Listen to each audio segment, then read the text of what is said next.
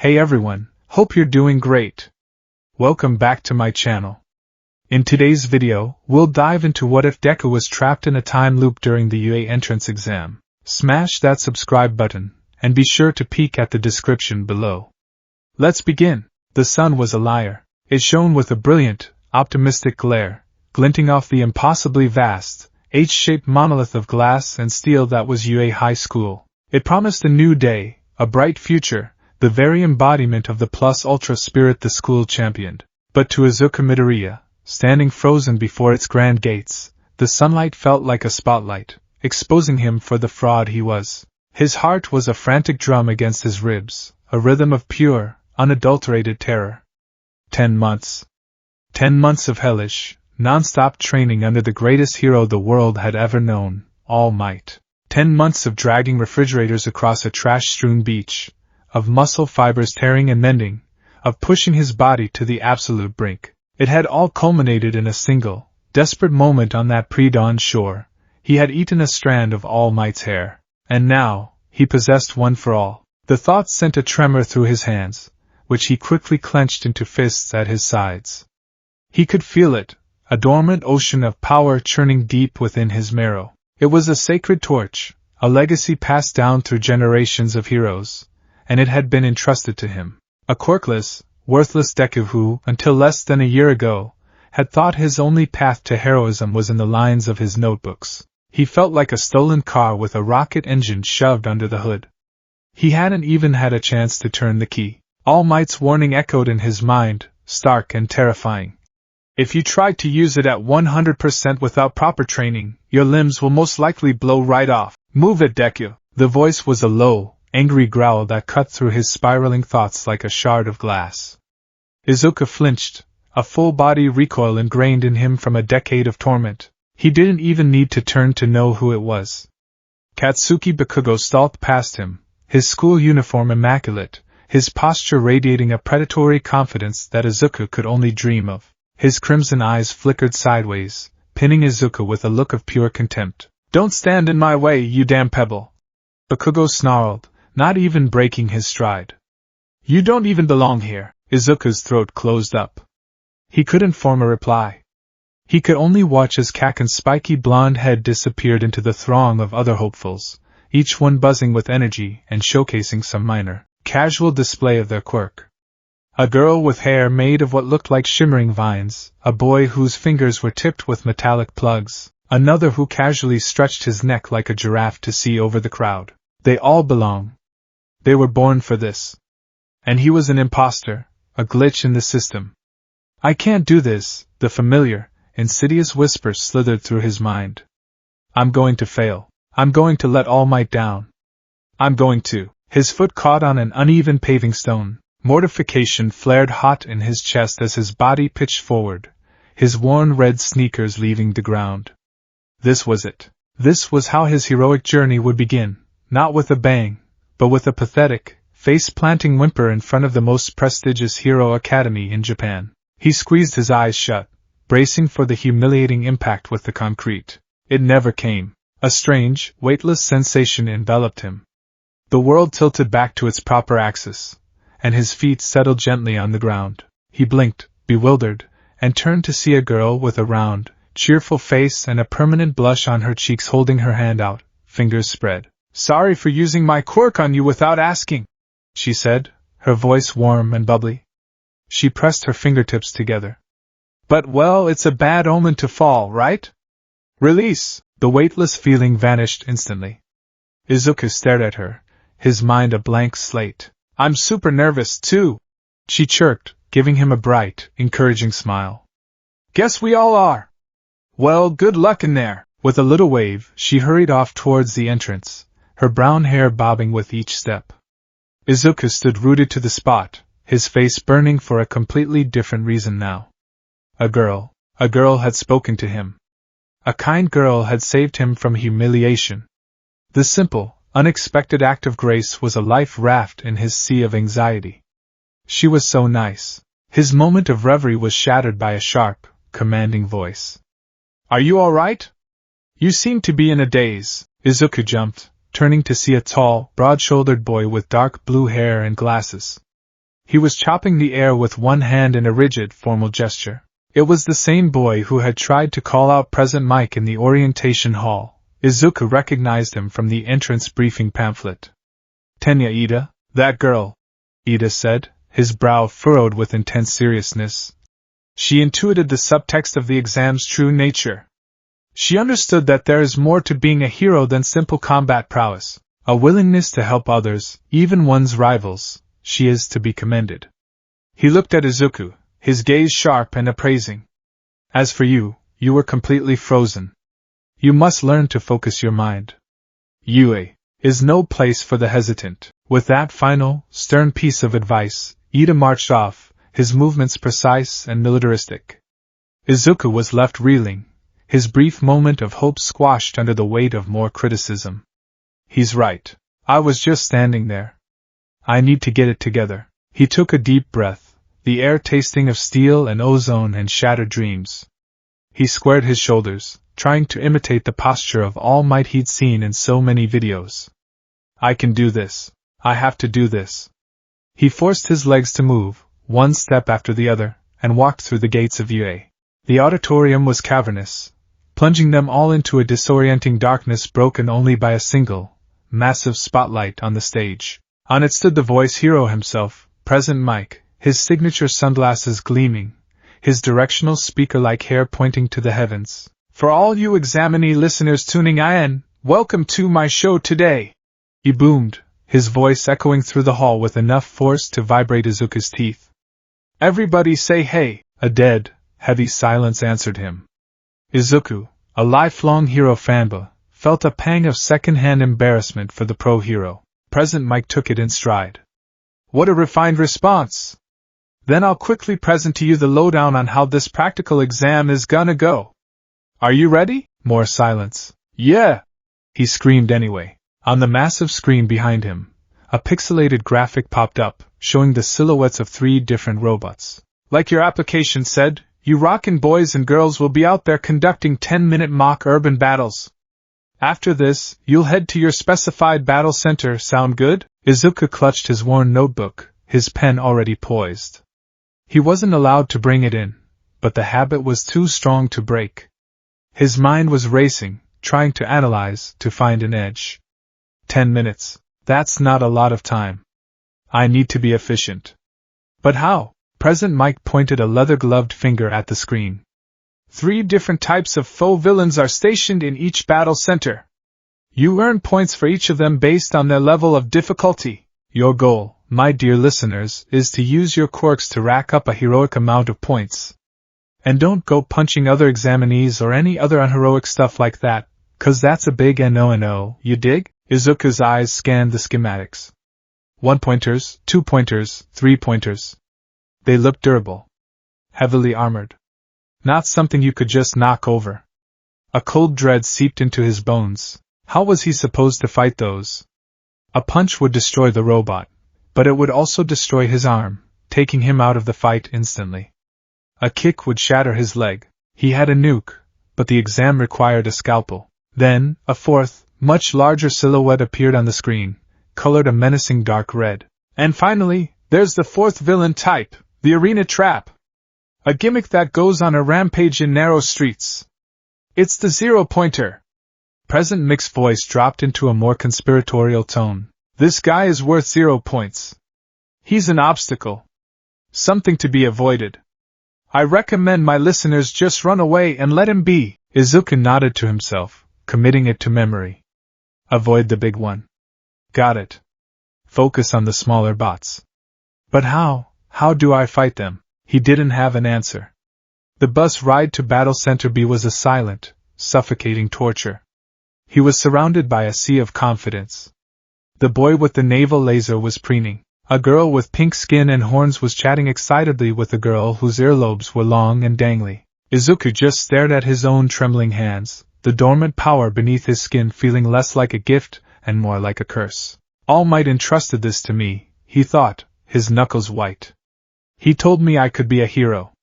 He wouldn't have done that if he thought I'd fail. So I can't fail. I just need to find a way. Just 1 point. If I can just get 1 point. The bus hissed to a stop. They were here. The battle center was a sprawling, painstakingly detailed replica of a city district. Concrete towers scraped the sky, crisscrossed by asphalt roads and narrow alleyways. It was immense, a concrete jungle designed for chaos.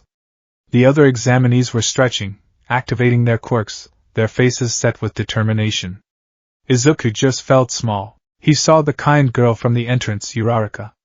She was taking deep breaths, her hands clasped together. She looked just as nervous as he felt, and for a second, he felt a kinship.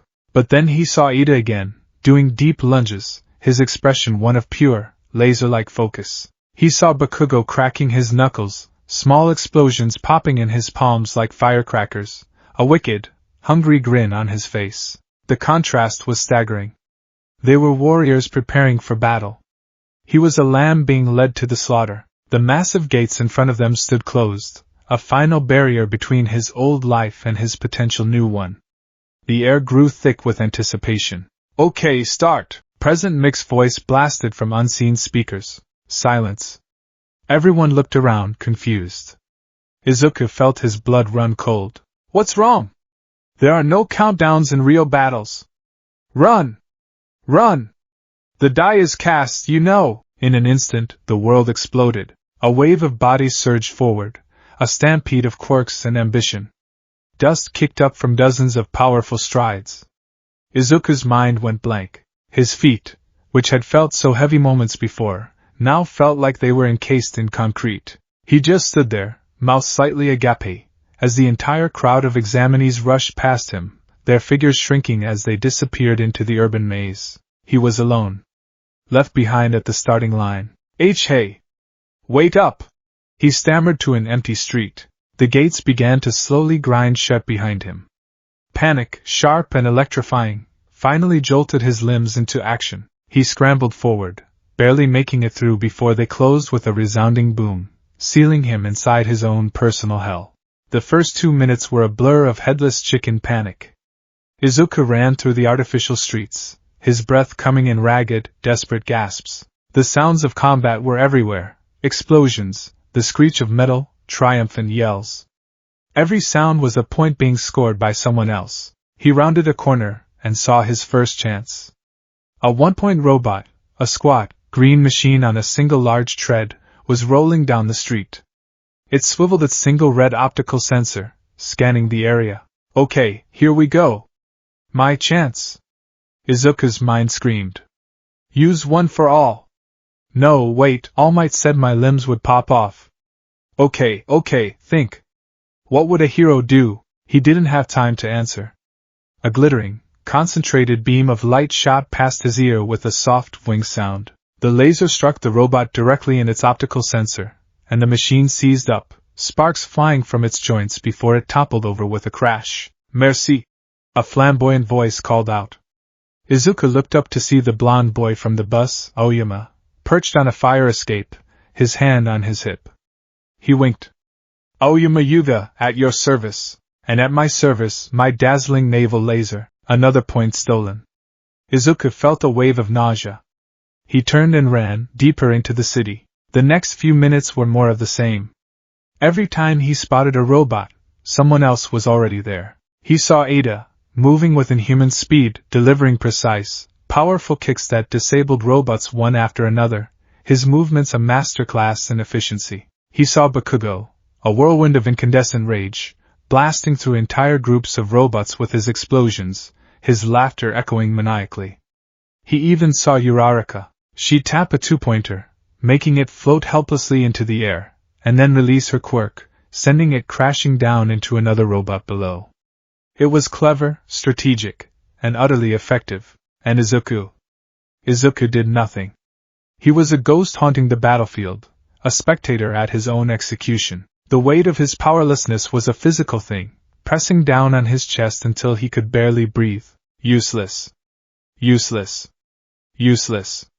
The word was a drumbeat in his skull. I'm letting him down. I'm letting everyone down. I'm just a quirkless Deku playing dress-up. 7 minutes had passed. He had 0 points. 0. The number echoed in the hollow space where his hope used to be. Tears of frustration and shame pricked at the corners of his eyes. He ducked into a narrow alleyway, leaning against the cold brick wall, trying to catch his breath. His dream was slipping through his fingers like sand. All that work, all that pain, for nothing. He was going to fail. The realization was a cold, hard stone in his stomach. I'm sorry, All Might. The thought was a choked sob. I'm so sorry. And then, the ground began to tremble. It started as a low, deep rumble, like a distant earthquake. The trembling grew more violent, shaking the very foundations of the mock city.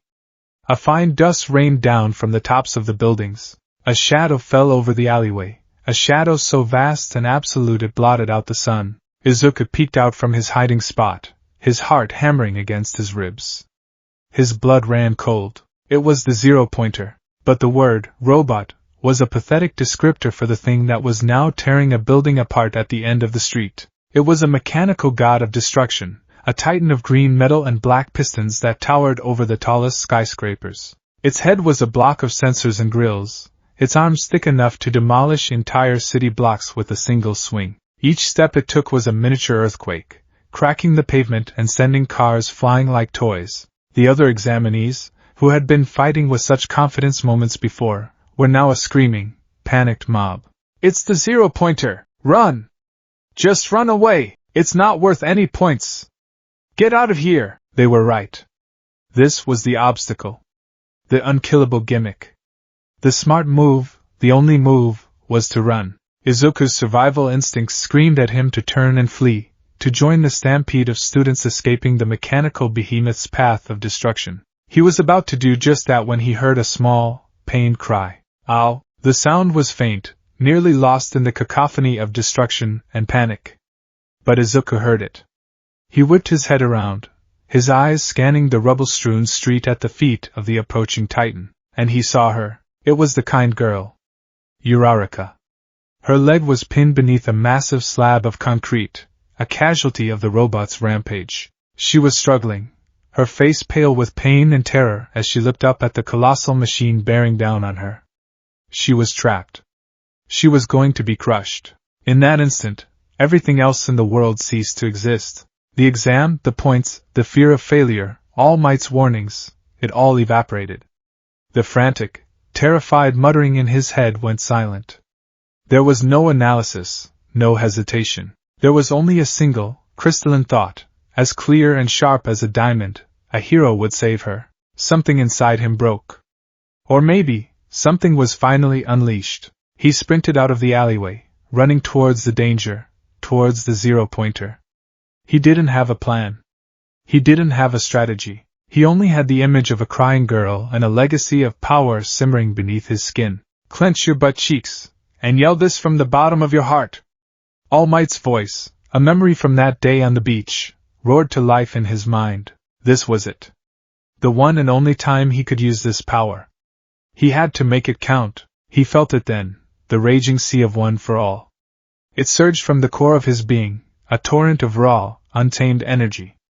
It wasn't a gentle warmth, it was a wildfire, a supernova detonating within his cells. Red, lightning-like veins of power crackled across his skin, and he could feel his muscles screaming, pushed far beyond their natural limits. He poured every ounce of that inherited strength, every bit of his desperation and his burning need to be a hero, into his legs. He crouched low, the pavement cracking beneath his red sneakers. And then he jumped. The world became a blur. He didn't just jump, he exploded upwards, propelled by a force that defied gravity. The air shrieked past him as he rocketed into the sky, soaring dozens of feet, then hundreds. The ground, the buildings, the panicked students, they all shrank below him. He was a human cannonball, aimed at the heart of the beast. He drew his right arm back, the sleeve of his tracksuit straining. He could feel the power concentrating there, a universe of kinetic energy waiting to be released. He saw the zero-pointer's massive, impassive faceplate getting closer and closer.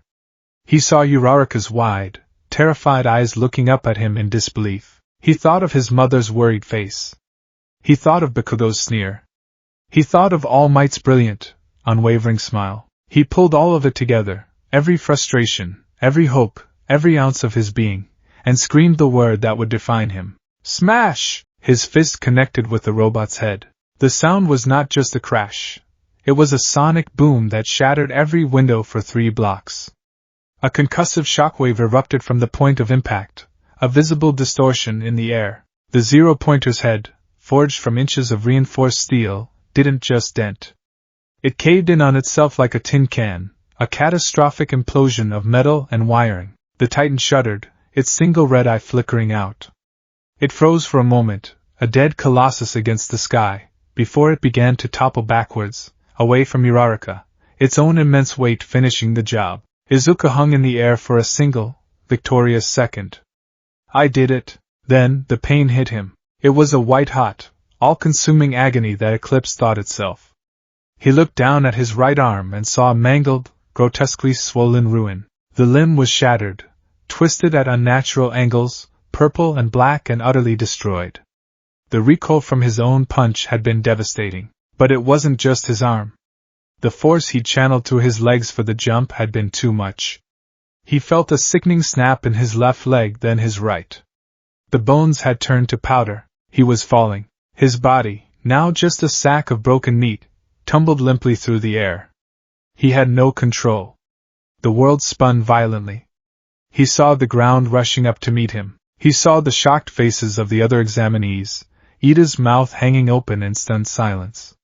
He saw Uraraka, now free from the rubble, looking up at him with a mixture of awe and horror. I didn't get any villain points, was his last, delirious thought as the asphalt loomed.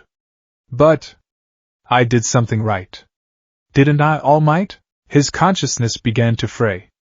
The edges of his vision grew dark. He could hear the faint, distant sound of Present Mix's voice screaming. Time's up! He felt a strange, gentle slap on his cheek and saw Uraraka's face, tears in her eyes as she tried to use her quirk to soften his landing. But it was too late. His body was a broken toy. As the proctors, including a concerned-looking Cementas and a stoic Eraserhead on a nearby rooftop, began to move in, his world started to dissolve. It wasn't like fainting. It wasn't the darkness of unconsciousness he expected. Instead, a blinding, sterile white light bloomed from the center of his vision, washing everything out. The sounds of the world, the sirens, Uraraka's cries, his own ragged breathing, faded into a high-pitched, electronic whine that drilled into his skull. He felt a sickening, impossible lurch, a sensation of being violently pulled backwards through time and space. It was like a film being rewound at infinite speed, a nauseating vertigo that twisted his very soul. Falling, but upwards. Moving, but standing still. The white light consumed everything. And then, it was gone. He was on his feet. The sun was warm on his face. The murmur of a large crowd filled his ears. His arms were fine. He flexed his fingers, feeling no pain, no swelling, just the familiar calluses from his training. He took a tentative step, then another. His legs were whole, strong. Not a single bone was broken. He looked around, his heart pounding with a strange, new confusion. He was standing in front of the massive gates of Ue High, the H-shaped building gleaming in the morning light. It was the exact same spot. The exact same moment. What was that? He thought, his hand flying to his head. He felt dizzy, disoriented. Was that a dream? A premonition? A hallucination from the stress? It had felt so real. The pain, the power, the fall, it was seared into his memory. But it couldn't have been real. He was fine. He took another shaky step forward, his mind reeling. His foot caught on an uneven paving stone. He pitched forward, a gasp escaping his lips as the world tilted. He squeezed his eyes shut, a bizarre sense of déjà vu washing over him. A gentle, weightless sensation stopped his fall. Hey! Are you okay? A warm, bubbly voice asked. Izuku's eyes snapped open. He turned, his blood running cold. It was the same girl. The round, cheerful face. The permanent blush. She held her hand out, fingers spread. It's a bad omen to fall, right? She said with the exact same intonation, the exact same bright, encouraging smile. Izuku Midoriya stared at her, his mind a maelstrom of impossibility. It wasn't a dream. It wasn't a hallucination. Something was wrong. He dismissed it. It had to be a dizzy spell. The stress was getting to him, making him imagine things. It was the only logical explanation. He had no idea that his 10-minute exam had just begun. And it was far from over. The world snapped back into focus with a jarring finality, like a photograph slamming into place. One moment, there was the nauseating, backwards falling vertigo of the reset. The next, the overwhelming sensory input of reality. The sun was too bright. The excited chatter of 1,000 aspiring heroes was too loud. The air tasted of cherry blossoms and exhaust fumes, a combination so mundane it felt utterly alien. Izuku Midoriya stood paralyzed, his mind a battlefield of conflicting information. His body was whole. His limbs were intact, humming with the latent, terrifying energy of one for all, but the phantom agony lingered. He could still feel the ghost of his shattered bones, the searing fire of an arm pushed past its breaking point. He could still see the ground rushing up to meet him, Uraraka's horrified face framed against the blue sky. "Hey! Are you okay?" The voice, so warm and kind just moments, or a lifetime, ago, now struck him like a cattle prod. He flinched, turning to see the round-faced girl, Ochako Uraraka, smiling at him. Her hand was outstretched, her quirk having just saved him from a stumble he was certain he hadn't made a second time. "It's a bad omen to fall, right?" She chirped, the words a perfect, chilling echo of the memory seared into his brain. Izuku's mouth opened, but no sound came out. His tongue felt thick and useless. He stared at her, his eyes wide with a dawning horror he couldn't begin to process. It wasn't a dizzy spell. It wasn't a stress-induced hallucination. The odds of a stranger saying the exact same words, making the exact same gestures, after the exact same event were infinitesimally small. Thank you." He managed to stammer, the words feeling foreign on his tongue. He watched her give her bubbly little wave and hurry off, a ghost repeating her lines in a play he was an unwitting actor in. This was a dream. It had to be. A recurring nightmare brought on by the immense pressure. He had fallen asleep on the bus, and this was all some vivid, anxiety-fueled fantasy. He pinched the skin on the back of his hand, hard. A sharp sting flared, real and undeniable. He was awake. That girl intuited the subtext of the exam's true nature. The sharp, formal voice was right on cue. Izuku turned to see Tenya Ida, chopping the air with his hand, his glasses glinting in the sun. The scene played out with terrifying precision. The lecture about focus, the appraisal of Uraraka's heroic spirit, the curt dismissal. Every word, every gesture, was identical. Izuku felt a wave of profound unease, a deep-seated wrongness that made the hairs on his arms stand up. The world around him felt thin, like a set piece. The extras in the crowd, the angle of the sun, the distant sound of traffic, it was all too perfect, too rehearsed. He needed to break the script. He needed to do something different. When Bakugo stalked past him, Izuku braced himself. "Move it, Deku!" The growl was the same, the contempt of familiar poison. But this time, as Bakugo passed, Izuku didn't just flinch. He spoke. "Good luck, Kaken," he said, his voice quiet but clear. Bakugo stopped dead in his tracks. He turned slowly, his crimson eyes narrowing to slits. The entire flow of the moment had been disrupted. For a split second, Izuku felt a surge of triumph. "See? It's not a script. I can change it." "What the hell did you just say to me?" Bakugo snarled, his voice dangerously low. A tiny, ominous pop crackled from his palm. "I just wish you good luck," Izuku stammered, his brief confidence evaporating under that homicidal glare. Bakugo took a step closer, his face a mask of incandescent fury. "Are you mocking me? You think you're on my level? You think you have any right to talk to me here, you quirkless wannabe?" He jabbed a finger at Izuku's chest. "Stay the hell away from me. If I see you in that arena, I'll blast you into a pebble." He turned and stalked away, leaving Izuku trembling, not from fear, but from the chilling realization that his action had changed nothing of consequence. The dialogue was different, but the outcome was the same. He was alone, and Kaken hated him. The river had simply flowed around the rock he tried to place in its path. Shaken, he forced himself through the gates and into the auditorium. The suffocating darkness, the single spotlight, present Mick's booming voice, it was all a rerun. This time, Izuku didn't listen to the words. He closed his eyes and recited them in his head, a silent mantra of madness. 3 different types of foe villains. Rack up a heroic amount of points. The arena trap. 0-pointer. Run away and let I am be. He opened his eyes. President Mike had just finished the exact same sentence. A cold sweat broke out on Izuku's brow. Okay. New plan. The dream, the memory, whatever it was, it gave him information. In that first run, he had scored 0 villain points. His only heroic act, the only thing that felt like a success, was destroying the 0-pointer.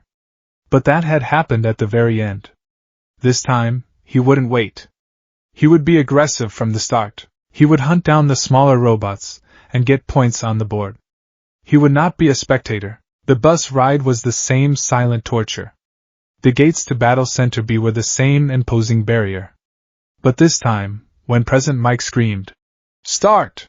Izuku was ready. He didn't freeze.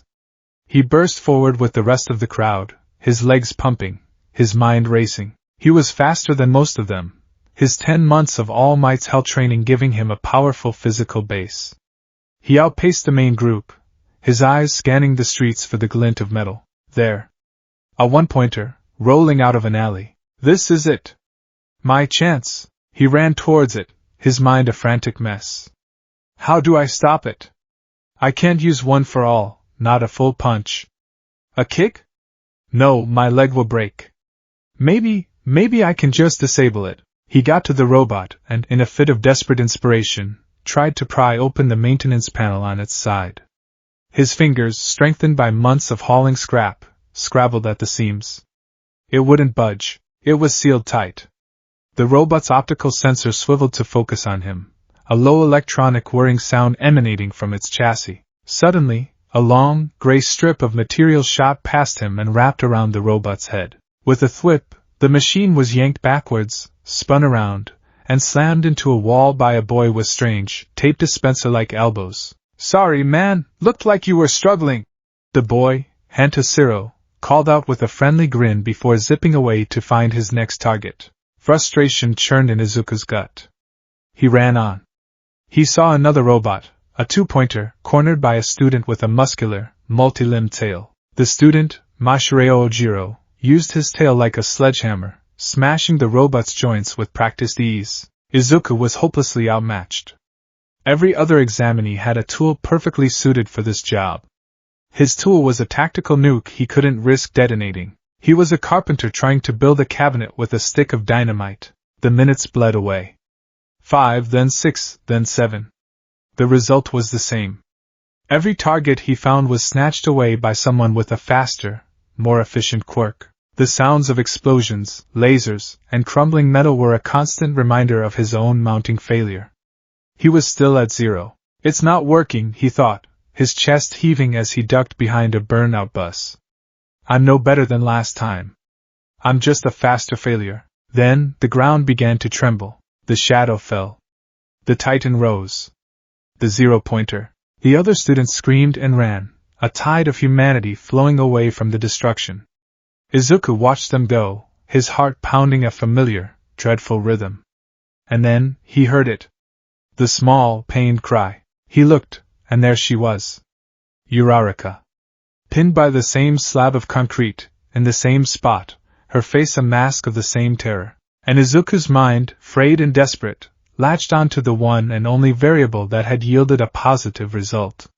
The one thing he had done that felt heroic. This is it, he realized with a terrifying, crystal clarity. This is the real test. Not the small fries. This. Saving her. Destroying this thing.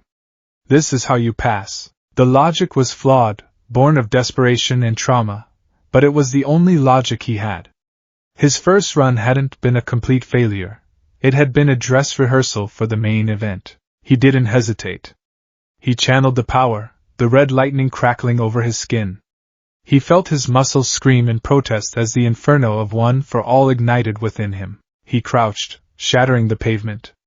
He leaped, a green and white blur ascending to the heavens. He drew back his arm, the fabric of his sleeve groaning. He saw the impassive faceplate of the mechanical god. He saw the girl he had to save. Smash! The impact. The sonic boom. The implosion of metal. The victory. And then the agony. His arm, a mangled ruin. His legs shattered by the recoil of his jump. He was falling, helpless, a broken doll plummeting towards the concrete. The world spun. He saw the shocked faces, the approaching ground. He heard the timer buzz. The world dissolved into a blinding, sterile white. The sickening, soul-twisting lurch. The feeling of being violently rewound. He was standing at the gates. The sun was warm. The crowd was loud. His body was whole. He staggered, putting a hand to his mouth as a wave of nausea washed over him. It wasn't a dream. It wasn't a coincidence. It was real. This was real. Hey! Are you okay? He looked at Uraraka, his mind screaming. He couldn't speak. He just shook his head numbly, and stumbled away before she could finish her line, leaving her looking confused. He ignored Ida's lecture, pushing past him without a word. He didn't even register Bakugo's passing sneer. He was in a loop. A time loop. He was trapped inside the UA entrance exam. The realization didn't sink in gently. It hit him like a physical blow, knocking the wind out of him. He leaned against the school's outer wall, his breath coming in ragged gasps. No, this can't be happening. But it was. The proof was in his phantom pains, in the perfect replay of events, in the terrifying, reset-inducing white light. The auditorium felt like a cage. President Mick's voice was the grating, repetitive announcement of his jailer. Izuka sat in the darkness, his head in his hands. What are the rules? What triggers the reset? In the first run, it was when the timer ran out and he was incapacitated. In the second, the same. He had lasted the full 10 minutes both times. A new, horrifying thought occurred to him. What if passing the exam wasn't the key? What if the loop was his life now? What if this was it forever? A 10-minute slice of hell, repeated for eternity? Panic gave way to a sliver of grim determination. If he was trapped, he had to find the exit. And the only exit he could conceive of was passing the exam. His strategy of getting smaller points had failed. His strategy of destroying the zero-pointer had, well, it had felt successful, right up until the moment he broke every bone in his body, and the world reset. Maybe he just needed to do it better. Loop 3. He ran into the city. He ignored the small robots completely. It was a waste of time. They weren't his test. The zero-pointer was his test. He found a secluded spot, a small park in the center of the battle center, and he waited. He sat on a bench, a statue of terrified patience, as the sounds of battle raged around him. He felt the stares of other examinees who ran past, wondering what was wrong with the boy who was just sitting there, meditating in the middle of a war zone. 7 minutes passed. The ground trembled. He ran towards the sound. The scene was already set. Uraraka was trapped. The robot was advancing. He didn't wait. He didn't hesitate. He just performed his role. Leap. Smash. Break. Fall. Reset. Loop 4. He woke up at the gates. The phantom pain was becoming a familiar friend. He was starting to get used to the feeling of his bones grinding into dust. He stumbled through the opening sequence in a daze. This time, he had an idea. A variation. He had to save Uraraka, but maybe he could warn her first. He found her near the starting line. Hey! He called out. She turned, her big brown eyes curious. Oh, hi! You're the boy from the gate. Listen, he said, his voice urgent, desperate.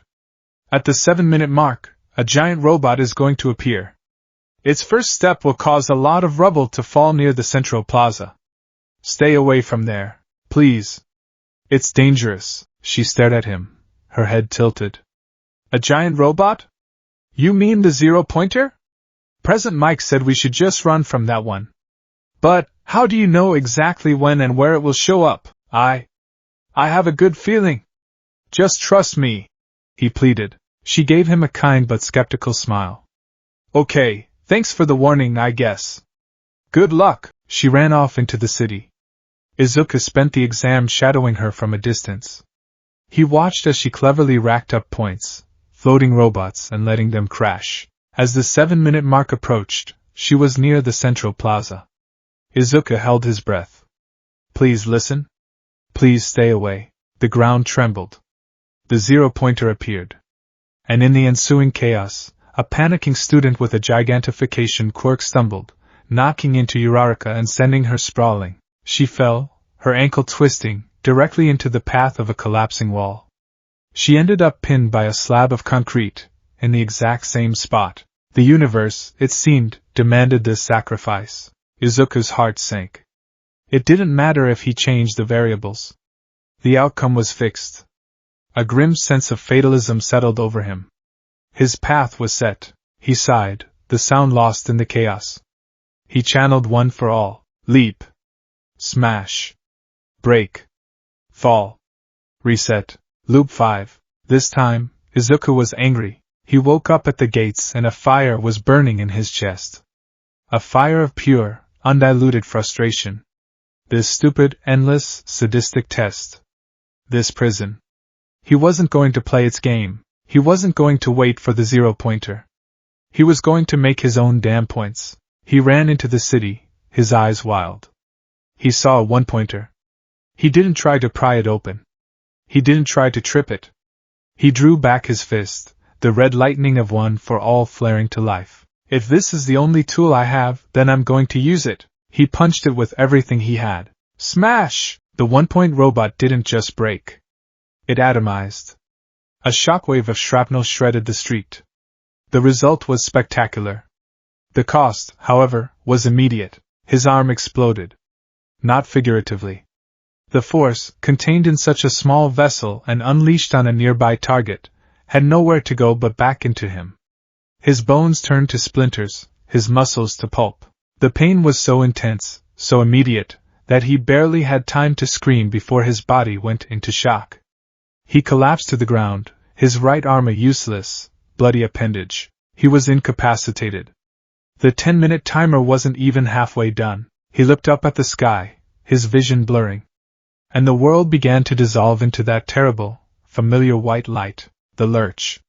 The rewind. He was at the gates. He looked down at his perfectly whole arm and felt a despair so profound it threatened to swallow him whole. So that's another rule, he thought, his mind feeling cold and detached. The loop resets when the timer runs out, or if I'm incapacitated.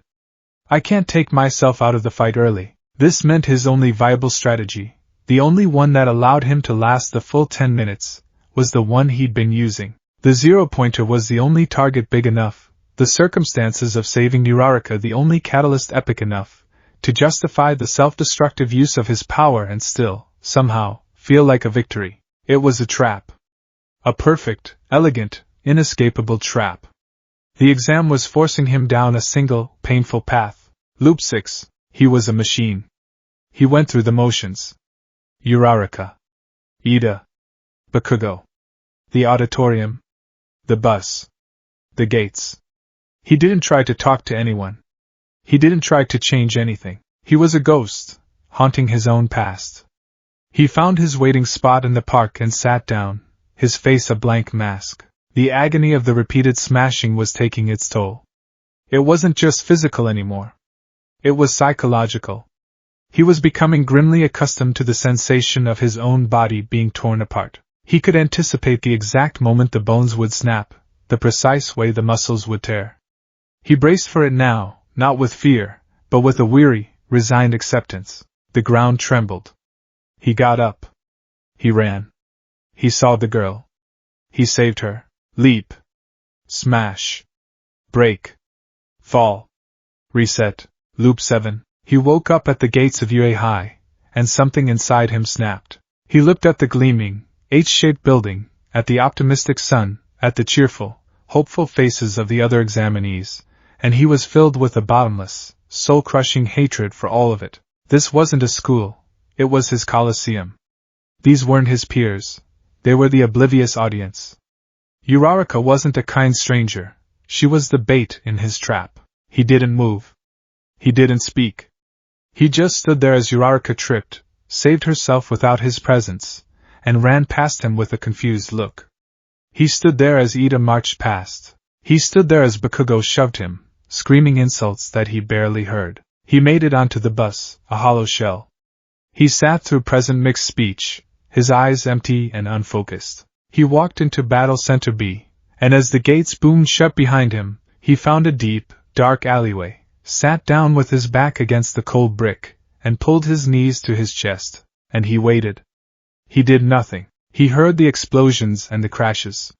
He heard the triumphant yells. He didn't care. He was on strike. He refused to participate.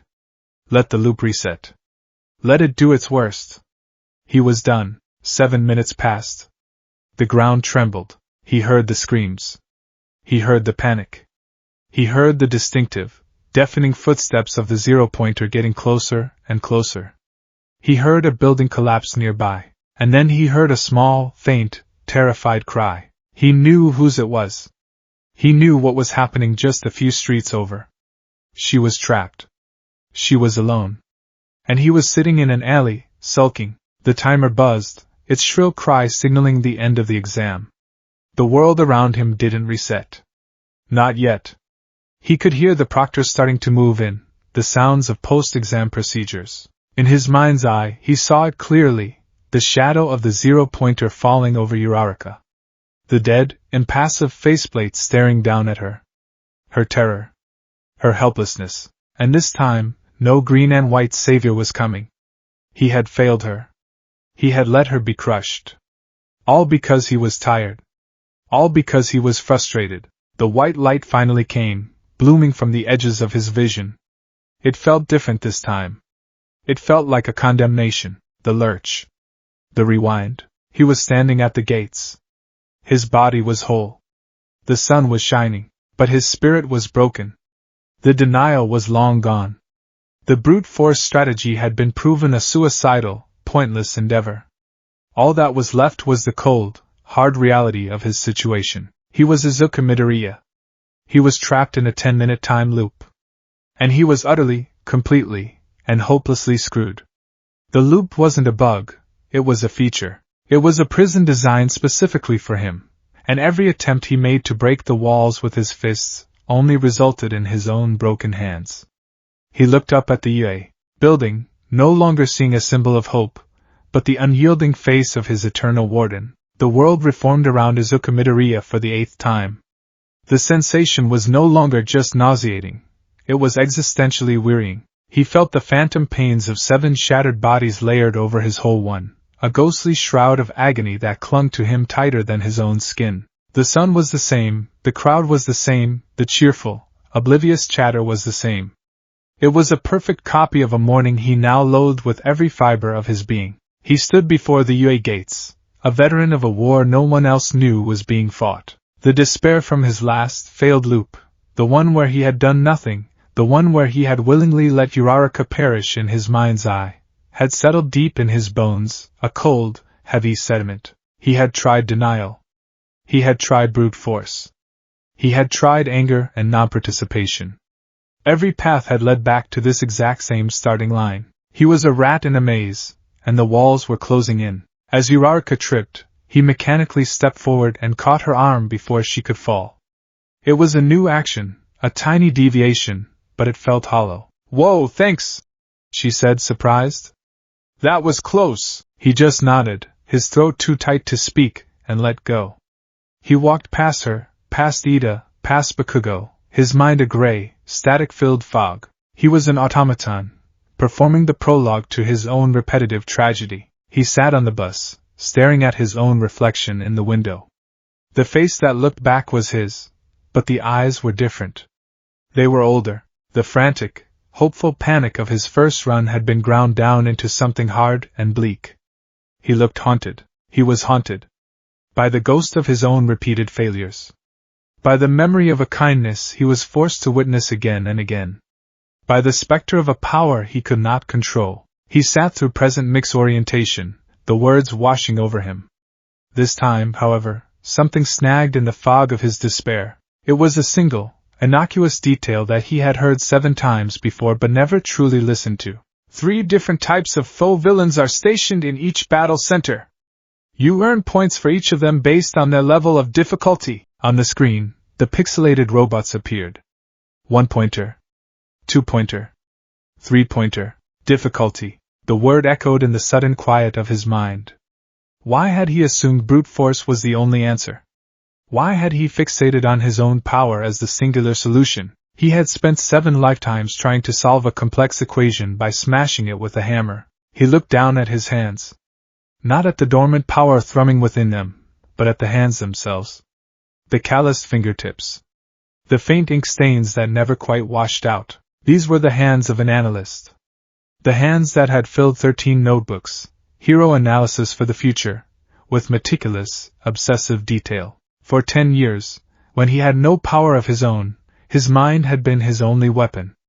It was the sharpest tool he possessed, and in his desperation to prove he was worthy of one for all, he had let it rust. The 0-pointer wasn't the test.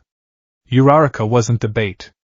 They were just the loudest, most dramatic parts of the equation. The test was the whole 10 minutes. It was the entire city. It was all the other variables he had been ignoring. A flicker of something that felt dangerously like hope ignited in the cold darkness of his soul. It wasn't the bright, naive hope of his first loop. This was a different kind of hope. It was grim. It was sharp.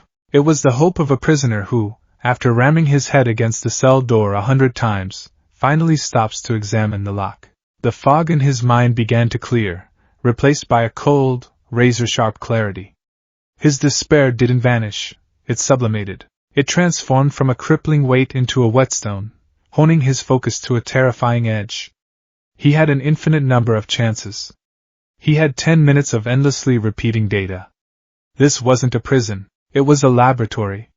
And he was the lead scientist. When the gates to Battle Center B opened, Izuku did not run. He watched the stampede of examinees surge past him, a chaotic wave of ambition and power.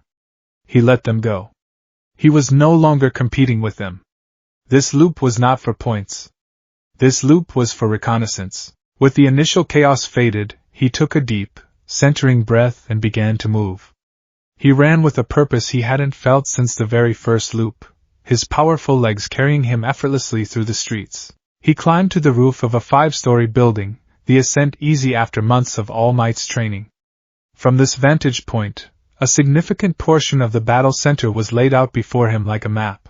He pulled a pen from his pocket, a cheap ballpoint he'd instinctively grabbed that morning, and began to sketch on the inside of his tracksuit sleeve. It was a crude, desperate substitute for his notebook, but it would have to do. For the next 9 minutes he became a ghost. He ran, he hid, he observed. He didn't engage a single robot. He just watched. He saw the robots weren't just randomly placed. They had patrol patterns. The 1-pointers tended to stick to the main thoroughfares in groups of 3 or 4. The 2-pointers, which were faster and more agile, guarded narrower side streets and intersections. The 3-pointers were the rarest, hulking brutes that seemed to be stationed as solitary guardians of larger plazas or building interiors. He watched the other examinees, not as rivals, but as case studies. He saw Bakudo's strategy, pure, overwhelming aggression. It was effective for racking up points, but it was also incredibly destructive and drew a massive amount of attention. It was a loud style of fighting. He saw Ida's method, speed and precision. Ida would map a route and clear it systematically, targeting the robot's leg joints to immobilize them before delivering a finishing blow. It was efficient, clean, quiet fighting. He watched Uraraka use her zero-gravity quirk with a cleverness that stunned him. She wasn't just floating robots and dropping them. She was using the debris from other fights, lifting heavy chunks of concrete and dropping them on unsuspecting bots from above. It was tactical. It was resourceful. He saw dozens of others. Ciro, the tape user, was a master of mobility and incapacitation, swinging between buildings and wrapping up robots to be taken out by others. Ojiro, the tail user, was a close-quarters powerhouse. Oyuma's naval laser was a powerful single-shot weapon, but it had a clear weakness. Overuse gave him a stomach ache, forcing him to pause. Every quirk had a strength, a weakness, a cost. For the first time, he was seeing the battlefield not as a stage for his own failure, but as a complex, interlocking ecosystem of powers. And then he studied the robots themselves. He watched a three-pointer get taken down by a girl with a gigantification quirk. The robot was heavily armored, but as it fell, Izuku saw a maintenance panel on its back, between the shoulder plates, flicker with exposed wiring. A weak point. He watched a two-pointer get blasted by Bakugo. The head was destroyed, but the tread section continued to roll for a few seconds before seizing up. Decapitation isn't an instant kill. The motor control is lower down. He was absorbing data at an incredible rate, his mind, starved for so long, now feasting on the information. The 10 minutes felt simultaneously like an eternity and an instant. The ground trembled. The zero-pointer arrived. From his rooftop perch, Izuku watched the now familiar scene unfold. Uraraka trapped. The panicked retreat. But this time, he wasn't looking at her. He was looking at the robot. He watched its movements. It was slow, cumbersome. Its joints groaned with every step. Its destructive power was immense, but it was also predictable. It swung its arms in wide, telegraphed arcs. It had no ranged weapons. Its only threat was its size and proximity. He saw himself, a ghost from a previous life, leap into the sky. He watched his own phantom deliver the self-destructive smash, and he finally saw it for what it was, a desperate, inefficient, and utterly foolish waste of power. It was like using a sledgehammer to kill a fly. A very, very big fly, but a fly nonetheless. The timer buzzed. His sleeve was covered in frantic scribbles, a map of robot patterns and hastily written notes. He had 0 points, but as the world dissolved into the familiar, blinding white, he felt something he hadn't felt in a long, long time, a surge of genuine, unadulterated excitement. He hadn't failed. He had learned. Loop 9. He woke at the gates, the grim hopes solidifying into a concrete plan. This time, he was a participant. He bypassed the initial pleasantries with a practiced efficiency, his mind already in the battle center. When President Mike screamed, "Start!" he was one of the first off the line.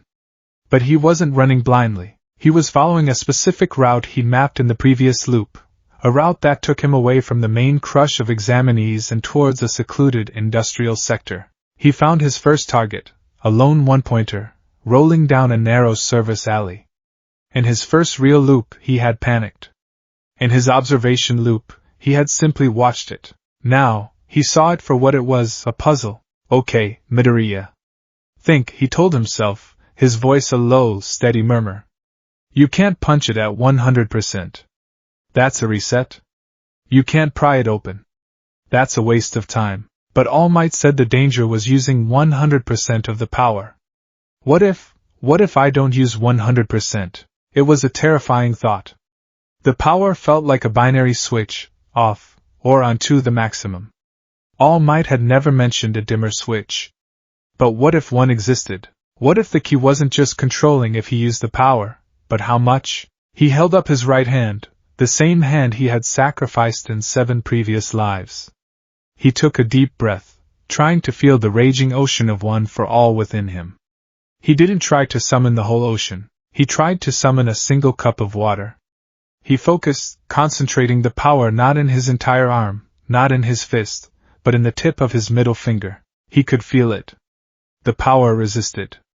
It wanted to flood his entire system, to burst forth in a glorious, self-destructive torrent. It took every ounce of his mental fortitude to contain it, to channel that inferno down the narrow path of his arm and into that single digit. Red lightning crackled, but it was thinner now, more contained.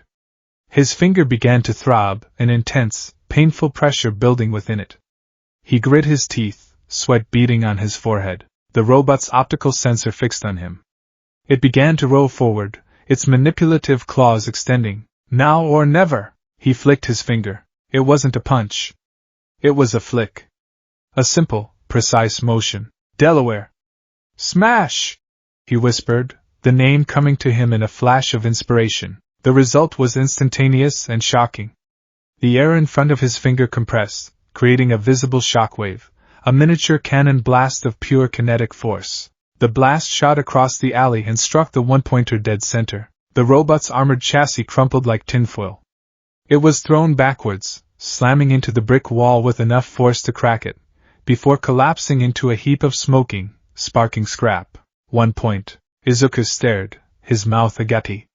He had done it.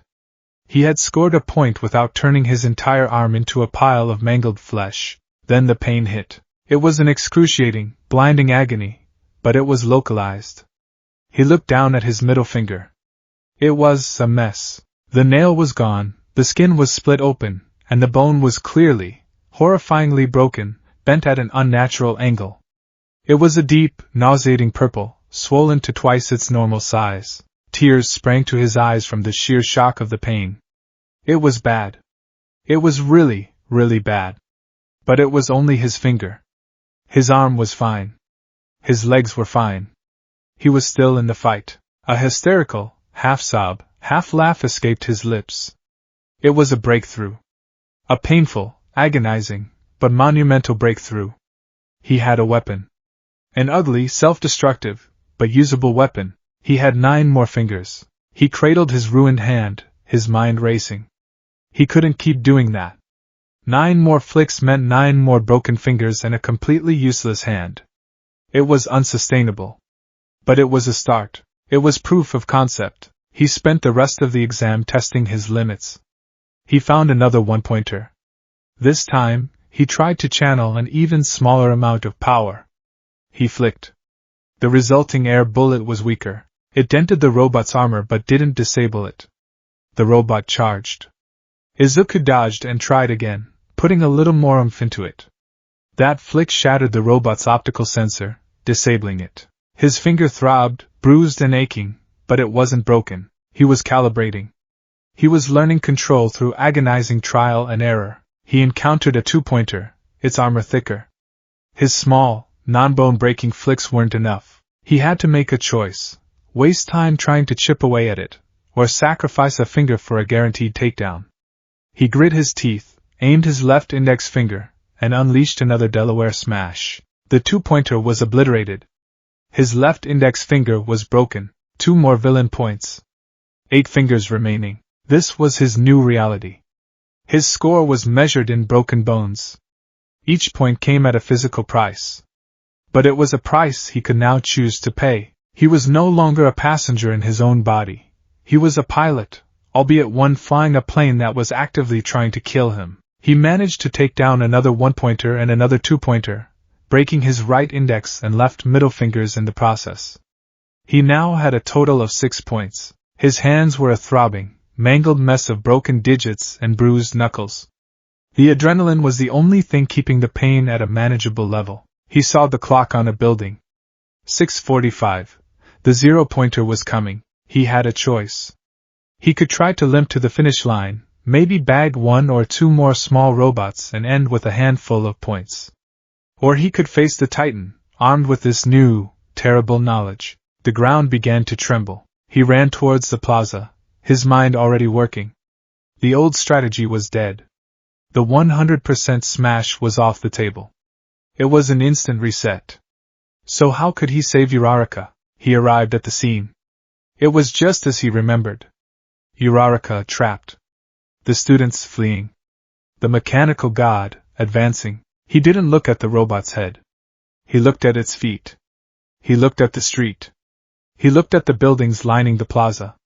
He was no longer seeing a monster to be slain. He was seeing a complex environmental puzzle. Its power is its size. Its weakness is its balance. He couldn't destroy it. But maybe he didn't have to.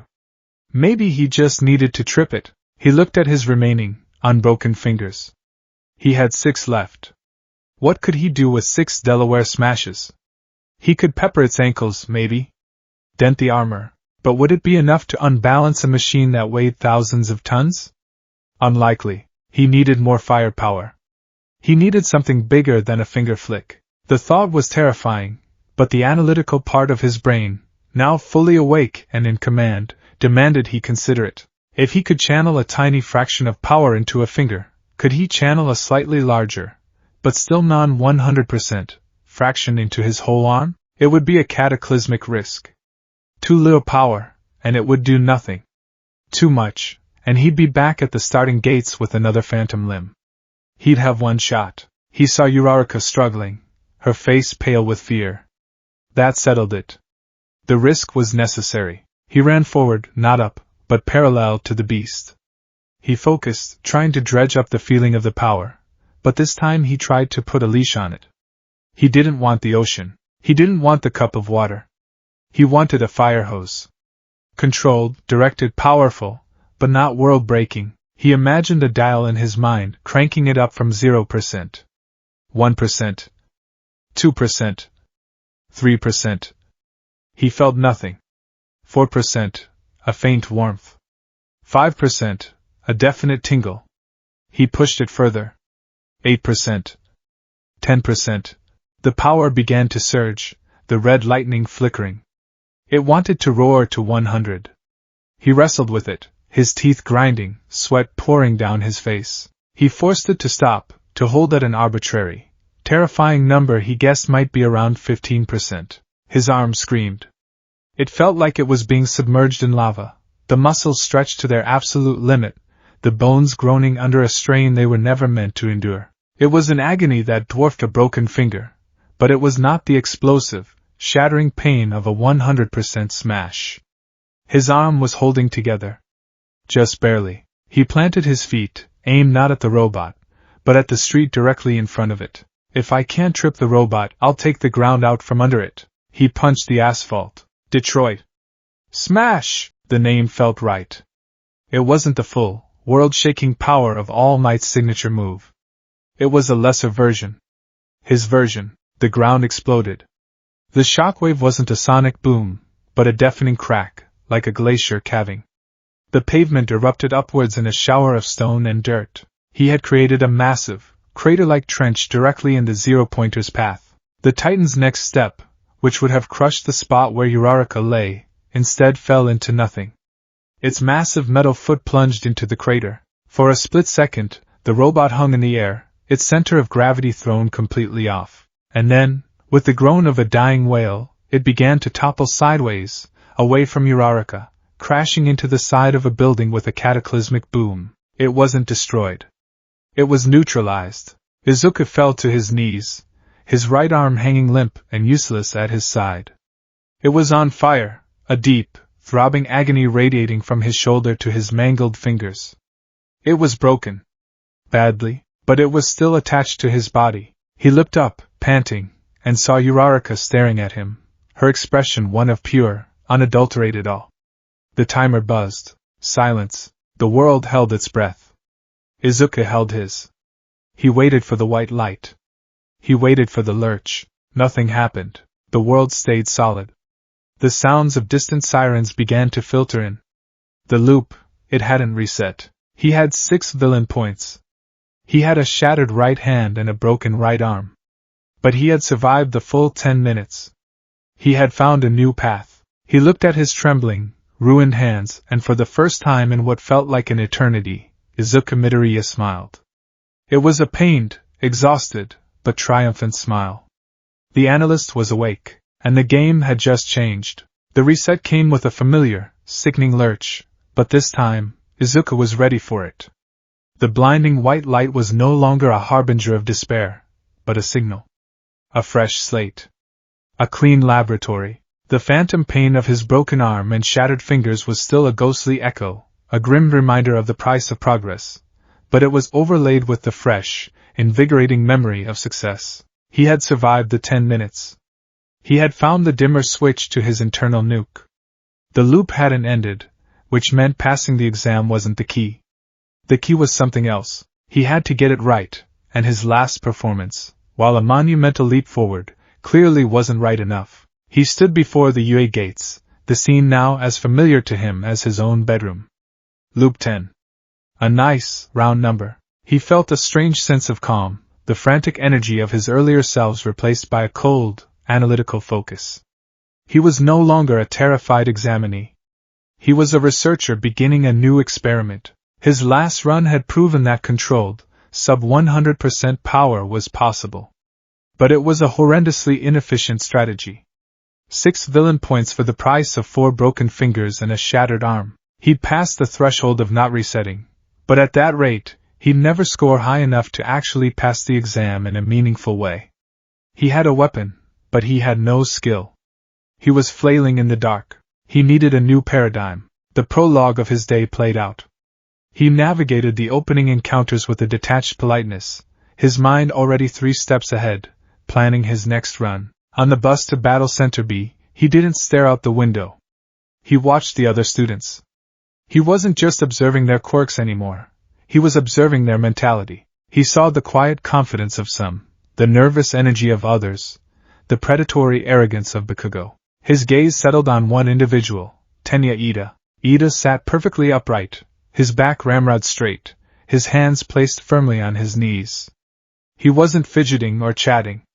His eyes were closed, his brow furrowed in intense concentration. He wasn't just waiting for the exam to start. He was visualizing it. He was planning.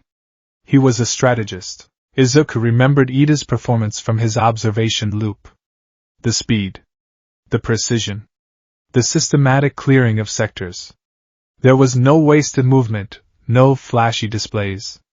It was pure, ruthless efficiency. While Bakugo was a forest fire, burning everything in his path, Ida was a lumberjack, felling trees one by one with calculated, precise strikes. That's it, Izuku realized, a jolt of insight cutting through his thoughts.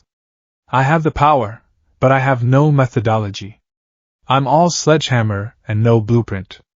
Ida is all blueprint. A new objective for this loop crystallized in his mind.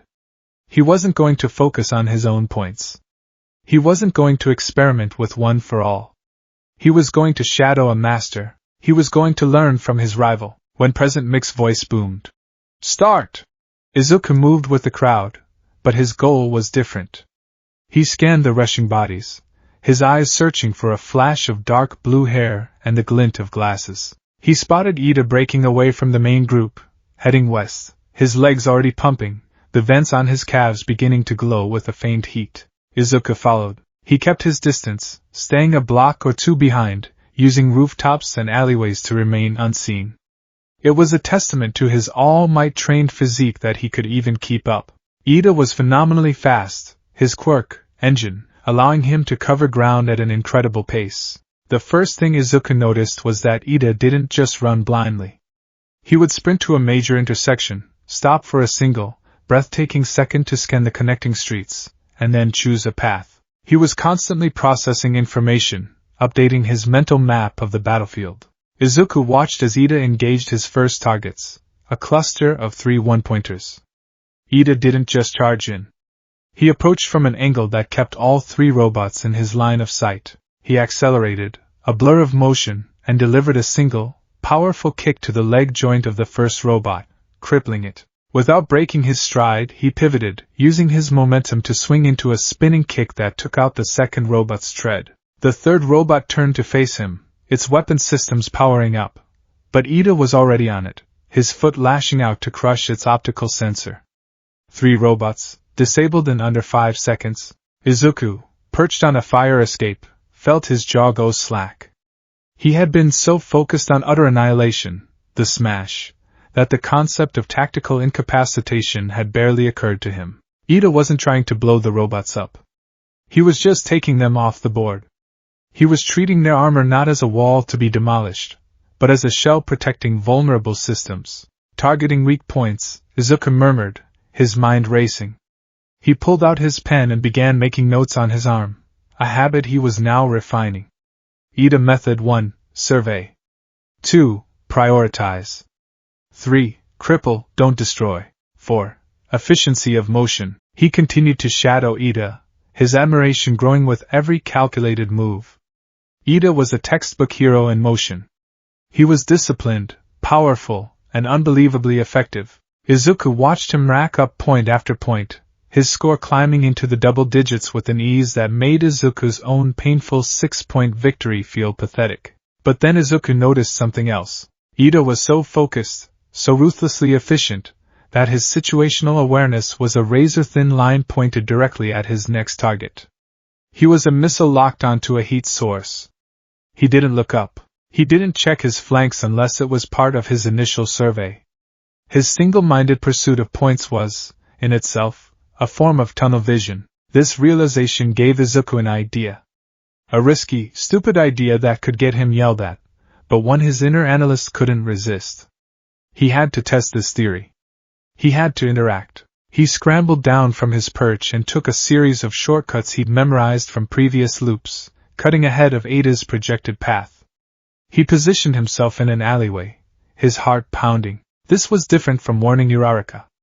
This was approaching a fellow combatant mid-exam. He saw Ida sprint past the mouth of the alley, his eyes already locked on a two-pointer 100 yards down the street.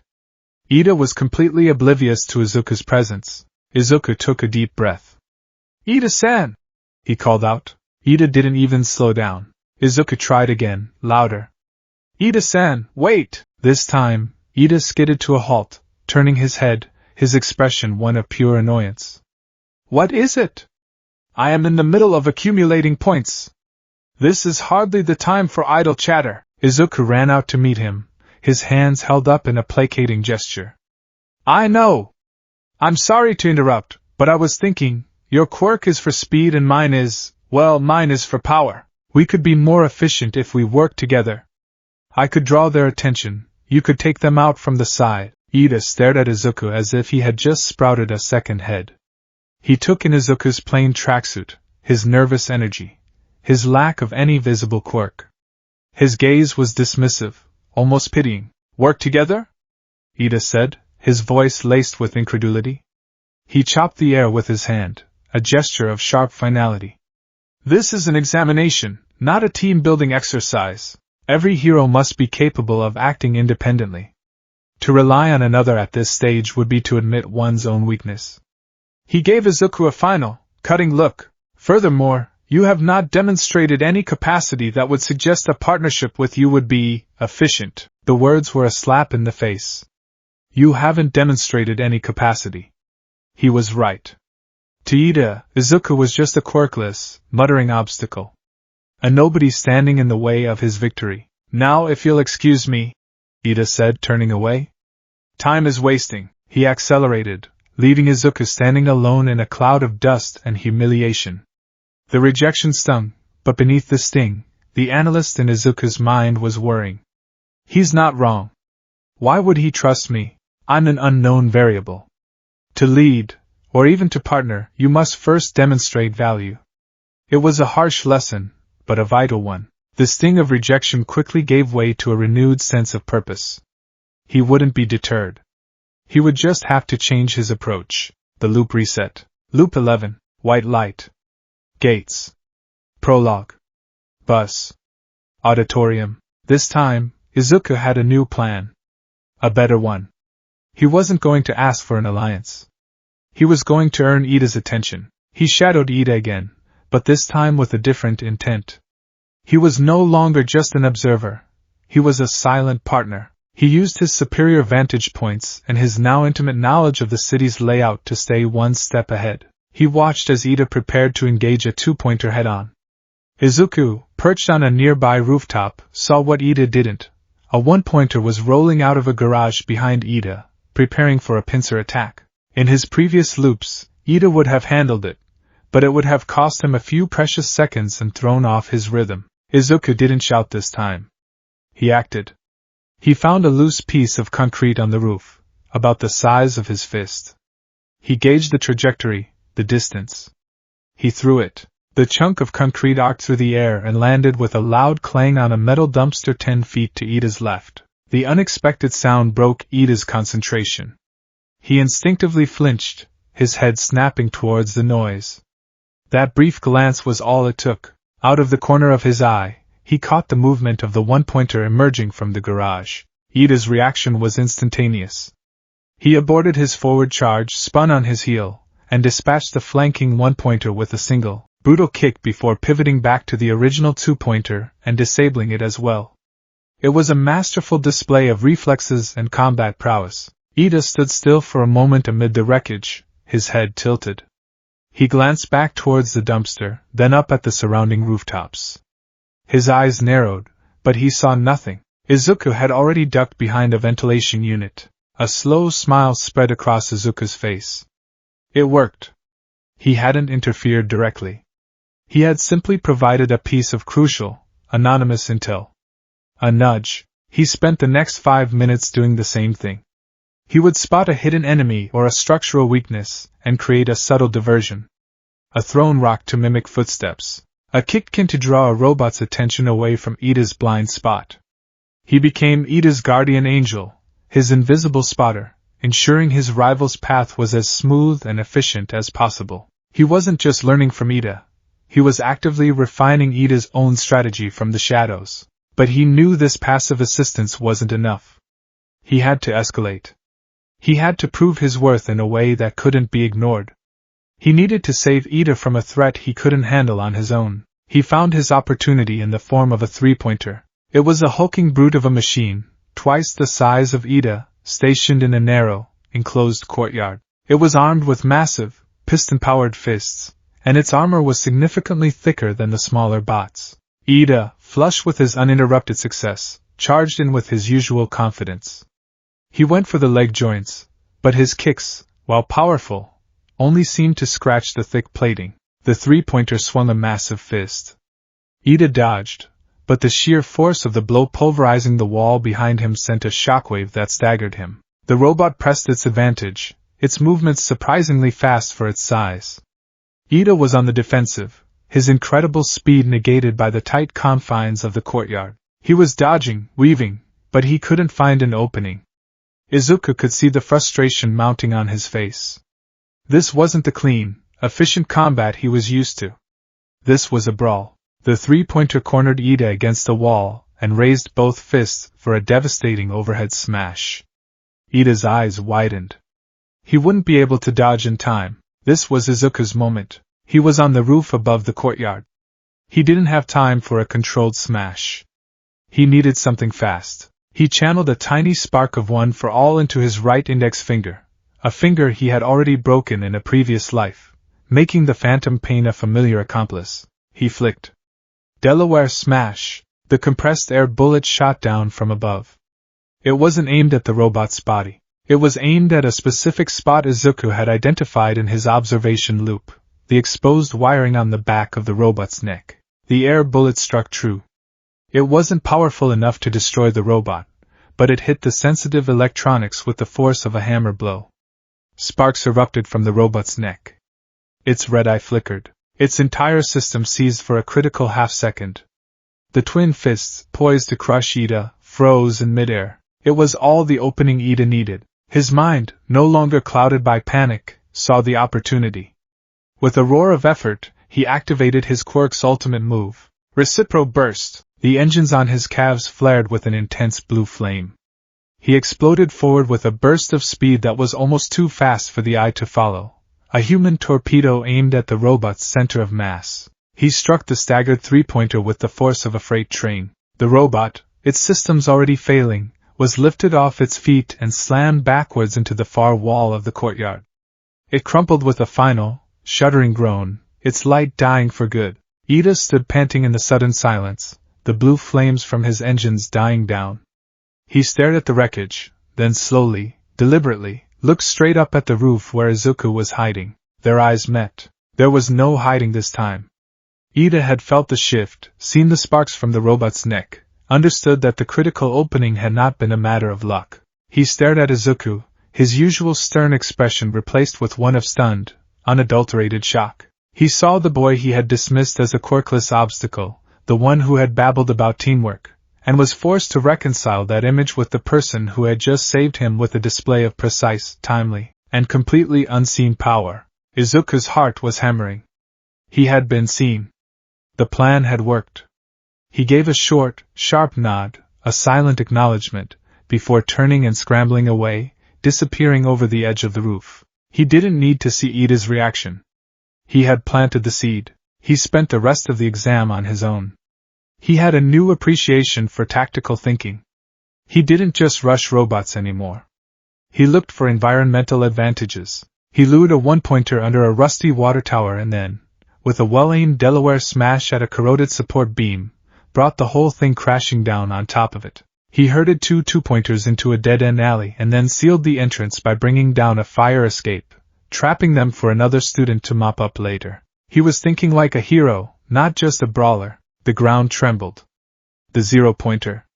Uraraka. He ran towards the plaza, his mind clearer than it had ever been. He knew what he had to do. He had the power. He had the precision. And now, thanks to Ida, he had the methodology. He arrived on the scene. He saw Uraraka trapped. He saw the fear on her face. He also saw Ida, standing at the edge of the fleeing crowd, his head on a swivel, his mind clearly processing the new, massive threat. Izuku didn't yell. He didn't leap. He acted. He used a 5% Delaware smash, a flick that only bruised his finger, to shatter the window of a storefront a few feet away from Uraraka. The sound was sharp, sudden. It drew her attention, and more importantly it drew Ida's. Ida's head snapped towards the sound, and he saw the entire situation in a single, horrifying frame: the trapped girl, the falling debris, the colossal robot. "Hey!" Izuku shouted, his voice clear and commanding, not pleading. "The ground is unstable from the impacts. Her leg is pinned." He was providing intel. Clear, concise, actionable intel. He then turned his attention to the 0-pointer. He wasn't going to punch the ground this time. That was too messy, too destructive. He had learned from Ida. Precision over power. He looked at the robot's massive ankle joint. It was a complex piece of machinery, but like any machine, it had to have a weak point. He channeled power into his arm, wrestling it into a controlled 12%, less than before, a more refined burn. He leaped, not into the sky, but in a low, powerful arc towards the robot's leg. He aimed for the cluster of hydraulic pistons that controlled the ankle's rotation. Detroit. Smash! His fist connected with a deafening clang. The armored plating dented, and the pistons beneath buckled and snapped under the focused, unexpected pressure. Hydraulic fluid sprayed like black blood. The ankle joint seized. The 0-pointer's leg gave out. It stumbled, its massive frame lurching like a drunken giant, and crashed to one knee with a ground-shaking boom. It was crippled. Immobilized. Defeated without being destroyed. As the Titan fell, Izuku used his remaining momentum to kick off its leg, sending himself tumbling towards the ground. He landed hard, rolling to dissipate the impact, his broken arm screaming in protest. He staggered to his feet, panting, but he was standing. He looked over and saw an incredible sight. Ida, spurred to action by Izuku's intel and the robot's fall, had used his recipro burst not to attack, but to rescue. He had become a blue and white blur, arriving at Uraraka's side in an instant. With a grunt of effort he had heaved the slab of concrete just enough for her to pull her leg free. The timer buzzed. The exam was over. The loop did not reset. Ida was helping Uraraka to her feet. He looked over at Izuku, across the field of rubble and wreckage.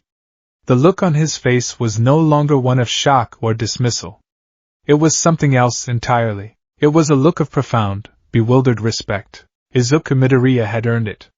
He had learned that true strength wasn't just about having power, but about having the wisdom to know when and how to use it. And sometimes the best way to learn that wisdom was by watching your rivals, and then, by showing them you were worthy of being one. The world snapped back into place. Loop 12. Izuku stood before the gates of UA, the phantom ache in his arm a dull, familiar throb. The previous loop had been a resounding success. He had neutralized the 0-pointer with calculated precision, saved Uraraka indirectly, and most importantly, earned the respect of Tenya Ida. The loop hadn't ended, which was the clearest sign yet that he was on the right path. But getting it right was proving to be a maddeningly elusive goal. He had unlocked control. He had embraced strategy. What was he still missing? As he walked through the pre-exam motions, a silent nod to a surprised Uraraka, a brief, respectful glance from Ida that was a universe away from their first encounter. His mind churned. He replayed the last loop, dissecting it with the cold precision of a surgeon. The final scene in the plaza. Ida had saved Uraraka. He, Izuku, had been the catalyst, the strategist who had set the pieces in motion. But the final, heroic act had been Ida's. A thought, quiet and revolutionary, began to form. What if the test isn't about what I do? What if it's about what I enable others to do? He had been so focused on his own performance, his own points, his own survival. First, it was about proving he could use his power. Then, it was about proving he could control it. But heroism, true heroism, wasn't a solo performance. It was a symphony. All Might didn't just punch villains. He inspired hope. He created a symbol that made other heroes better, that made civilians feel safe. He was a force multiplier. Izuku's perspective shifted, the lens through which he viewed the exam widening dramatically. He wasn't just a participant in a battle royale. He was a future hero in a city full of civilians, robots, and other heroes, examinees. The goal wasn't just to win. It was to elevate the entire field. It was to inspire. This loop would be different. He wasn't going to be a solo operative or a silent partner. He was going to be a battlefield conductor. He was going to manipulate the symphony. When the exam started, he didn't head for the rooftops or a secluded sector. He ran straight into the heart of the chaos, but he didn't engage. He became an observer in motion, his eyes scanning not for targets, but for opportunities to subtly influence the outcome of other people's fights. His first target was a boy he vaguely remembered from previous loops, someone who always seemed to be struggling. The boy had a minor gigantification quirk, allowing him to grow to about 10 feet tall. He was strong, but slow and clumsy. Izuku watched as the boy squared off against the two-pointer. The robot was too fast, zipping around him, and the boy's lumbering punches kept hitting nothing but air. He was getting frustrated, leaving himself open. Izuku saw his chance. From a block away, he found a loose manhole cover. With a controlled 3% finger flick, barely a sting, a technique he was rapidly refining, he sent the heavy iron disc spinning through the air. It wasn't aimed at the robot. It was aimed at the street behind it. The manhole cover crashed down with a deafening clang, right in the robot's path as it was strafing. The robot's tread caught on the uneven metal, causing it to swerve and stall for a precious half-second. It was all the opening the gigantified boy needed. With a roar of triumph, he brought his massive fist down, crushing the stalled robot into scrap metal. The boy looked at the crumpled robot, then at the manhole cover, a puzzled but pleased expression on his face. He had no idea his victory had been orchestrated from 100 yards away. Izuku felt a thrill that was entirely different from scoring a point himself. It was the satisfaction of a watchmaker seeing a complex series of gears click perfectly into place. He had spent no points, broken no bones, and yet he had achieved a successful outcome. He moved on, a ghost pulling the strings of the battlefield. He saw a girl with a quirk that let her create small, sticky spheres from her hair, like a less effective Mineta, struggling to stop a one-pointer. Her spheres weren't strong enough to halt its advance. Izuku, hiding in a doorway, saw a large puddle of oil leaking from a wrecked car nearby. He used another low-power flick to kick a piece of debris into the puddle, splashing a significant amount of oil directly into the robot's path. The robot's tread hit the slick, spun uselessly, and the machine slid sideways into a wall. The girl, seizing the opportunity, plastered its immobilized tread with her sticky spheres, earning her a hard-fought point. She pumped her fist in the air, ecstatic. Izuku simply melted back into the shadows. This was a new kind of power. It was subtle, indirect, and deeply satisfying. He was a force of benevolent chaos, a helpful poltergeist tipping the scales in favor of the underdogs. But with this new power came a terrifying new understanding, the butterfly effect. He came across a scene he had engineered. He had diverted a three-pointer down a side alley, knowing that a student with a powerful crystallization quirk was waiting there. In his mental simulation, the student would ambush the robot and win an easy 3 points. But his action had an unforeseen consequence. The noise of the three-pointer's destruction drew the attention of another examinee, a cocky boy with a laser-finger quirk. The laser-fingered boy, seeing the crystal user weaken from his fight, swooped in and stole the kill on a two-pointer that the crystal user had been about to engage next. The crystal user shouted in frustration, robbed of a point he had earned. Izuku, watching from a rooftop, felt a pang of guilt. His attempt to help one person had inadvertently harmed another. He hadn't just changed one variable. He had sent a ripple through the entire pond, and the waves were moving in ways he couldn't predict. The battlefield wasn't a static chessboard. It was a living, breathing ecosystem, and every action he took, no matter how small, had a cascade of unpredictable consequences. He had thought he could be a conductor, but he was quickly learning that he couldn't just read the sheet music. He had to listen to the orchestra, to feel the rhythm of the battle in real time, and adapt his own actions on the fly. This realization was both daunting and exhilarating. The complexity of the puzzle was an order of magnitude greater than he had imagined. He decided to change tactics. Instead of focusing on individuals, he would try to manage zones. He found a street where several mid-tier examinees, including the tape user Zero and the multilimbed Ojiro, were fighting a losing battle against a swarm of one-pointers. They were getting overwhelmed by sheer numbers. Izuku didn't intervene directly. He ran 2 blocks south to a wide-open plaza where he knew Bakugo was on a rampage. Bakugo was a force of nature, a one-man demolition crew, currently blasting a trio of 2-pointers into oblivion. "Kaken!" Izuku yelled from the other side of the plaza. Bakugo whirled around, his face instantly contorting into a mask of rage. "DKU? What the hell do you want? There's a massive cluster of bots 2 blocks north of here. At least 10 of them all grouped together," Izuku shouted, pointing. "Probably an easy 15 points for someone like you." He was dangling bait. He was using Bakugo's own explosive arrogance and lust for points as a tool. Bakugo's eyes lit up with a feral gleam. "Huh? A big score?" Without a second thought, he blasted off into the sky with his explosions, a human missile aimed directly at the coordinates Izuku had provided. "Stay out of my way, you damn pebble!" he screamed as he flew over Izuku's head. Izuku watched him go, a wry smile on his face. He then ran back towards the zone where Zero and Ojiro were struggling. A moment later, Bakugo arrived like a meteor strike. A series of massive explosions rocked the street as Bakugo descended upon the swarm of one-pointers with psychotic glee. "Die! Die! Die!" The pressure on the other examinees vanished instantly. Bakugo, in his unrestrained fury, drew the aggro of every robot in the area. Zero and Ojiro stared in shock for a second before realizing their advantage. With the main threat occupied by the raging blonde, they were free to pick off the stragglers with practiced ease. Izuku watched from the sidelines. He had just successfully managed a battlefield situation by redirecting his single most volatile asset. He hadn't thrown a single punch, but he had saved at least 2 other examinees from being overwhelmed and enabled 3 people to score points. The guilt from his earlier miscalculation began to fade, replaced by a growing confidence. He could do this. It was just harder than he thought. His new philosophy, however, came with a heavy cost: his own score. He was so focused on manipulating the board for others that he was neglecting himself.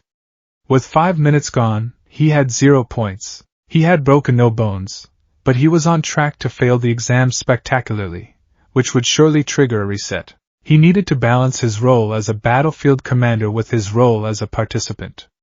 It was a tightrope walk he had to master. He spent the next 2 minutes in a whirlwind of activity, putting his new, refined control of one for all to the test. He found a lone 2-pointer, and instead of a finger flick, he tried something new. He channeled a tiny, controlled 2% into his leg and delivered a sharp kick not to the robot's body, but to the ground directly in front of it. The kick was just strong enough to shatter the pavement, creating a small pit that the robot's tread immediately fell into, immobilizing it. From there, a simple, non-powered kick to its optical sensor was enough to finish the job. 2 points. No broken bones. The only cost was a slight muscle strain in his calf. He was learning. He was finally, truly learning. He dispatched another 2 one-pointers using environmental tricks, bringing his score to a meager but hard-won 4 points. He was running out of time. Then, the ground began to tremble. The 7th minute. The 0-pointer. Izuku ran towards the plaza, his mind a whirlwind of calculations. His previous loop solution, crippling the robot's ankle, had been effective. It had saved Uraraka and prevented a reset. But was it right? It had still resulted in a broken arm for him, and had left a massive, dangerous, and technically still active robot kneeling in the middle of the city. It was a solution, but it wasn't an elegant one. He arrived at the scene, the tableau vivant of Uraraka's peril laid out before him. This time, however, he saw it with new eyes. He saw the other students fleeing. He saw Ada, already looking for a way to help. He saw the zero-pointer not as a single entity, but as a massive piece of the environment that could be manipulated. Don't fight the robot. Use the city. He remembered his 8th loop, the observation run. He remembered the layout of this specific plaza with perfect clarity. He knew that the building the zero-pointer was approaching, the one Uraraka was trapped in front of, was an old, concrete rebar monstrosity. He also knew that the building across the street from it was a newer construction, mostly glass and steel, but with a deeply reinforced foundation. A new, audacious plan began to form. It was incredibly risky and depended on a dozen variables he could only partially control. It was perfect. He ignored the robot itself and ran towards the building across the street. He began scaling the wall, his powerful limbs finding easy purchase on the window ledges and decorative architecture. He climbed to the 3rd floor, smashed a window with his elbow, and slipped inside. He was in an empty office space. He ran to the far side of the building, the side facing the approaching zero-pointer. He looked out the window. His angle was perfect. He saw Ada on the ground, shouting orders, trying to organize a retreat. He saw Uraraka, her face white with fear. He saw the zero-pointer take a thunderous step, its shadow falling over the trapped girl. Izuku took a deep breath. This would require more power than his ankle shot. He needed to move a whole building. He channeled one for all into his arm, pushing it past the 15% he'd used before. He wrestled it to 20%, the power a roaring inferno under his skin. His arm felt like it was going to tear itself from his shoulder, but he held on, his mind a bastion of cold focus against the storm of power. He punched the load-bearing support column in the corner of the office. Detroit. Smash! The entire building shuddered. The sound was a deafening, grinding roar, not a sharp crack. His fist obliterated the concrete pillar, and the reinforced steel bars within twisted and snapped like twigs. A web of cracks spread across the ceiling. His arm was a ruin. The 20% was too much. He felt the radius and ulna fracture, a sickening, grinding feeling that sent a wave of white-hot nausea through him. But he had expected this. It was a calculated sacrifice. Outside, the effect was catastrophic. The building, its structural integrity fatally compromised, began to lean. It groaned, a symphony of tortured metal and cracking concrete, and then it started to fall. It was not a chaotic collapse. It was a controlled demolition. Izuku had chosen his point of impact with architectural precision. The building was toppling sideways, directly into the path of the zero-pointer. The students on the street screamed, their panic doubling as they saw a skyscraper begin to fall towards them. "Everyone, get back!" Ida roared, his voice cutting through the panic. He was already in motion, grabbing a slower student and physically throwing them out of the demolition's path. The zero-pointer, with its rudimentary AI, didn't understand the new threat. It was still focused on its forward path. It took one more step just as the building descended upon it. The skyscraper crashed into the robot's side with the force of a tactical nuke. The zero-pointer was not just tripped or crippled, it was completely and utterly crushed, buried under tens of thousands of tons of steel and concrete, its form obliterated in a titanic cloud of dust and debris. Izuku, inside the collapsing building, was already moving. The moment his fist made impact, he had turned and sprinted for the window.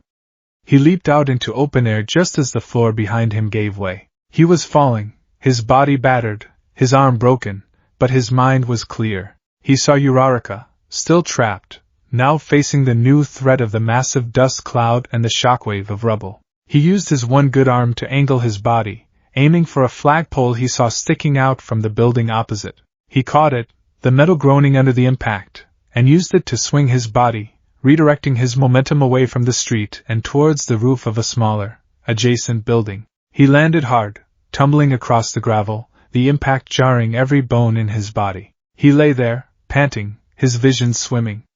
He had done it. He had taken out the zero-pointer, saved Uraraka from the initial threat, and used the environment on a scale he had never dreamed of. But his actions, once again, had unforeseen consequences. The dust cloud from the collapse was immense, a choking, blinding wave that now washed over the entire plaza. Uraraka, Ida, and a half-dozen other students were caught in it. They were safe from being crushed, but the situation was still chaotic and dangerous. The timer buzzed. The loop did not reset. Izuku lay on the rooftop, his body broken but his mind whirring. He had succeeded. But he had also failed. He had solved one problem by creating another. His ripple had become a tidal wave, and he still hadn't managed to control it. The goal wasn't just to save one person. It was to manage the entire crisis. To ensure the safety of everyone. His new goal was clear. He had to pass the exam, save Uraraka, and end the 10 minutes with zero collateral damage and no one left in danger. He looked up at the sky, a grim smile on his face. This puzzle was far more beautiful and complex than he had ever imagined. And he had all the time in the world to solve it.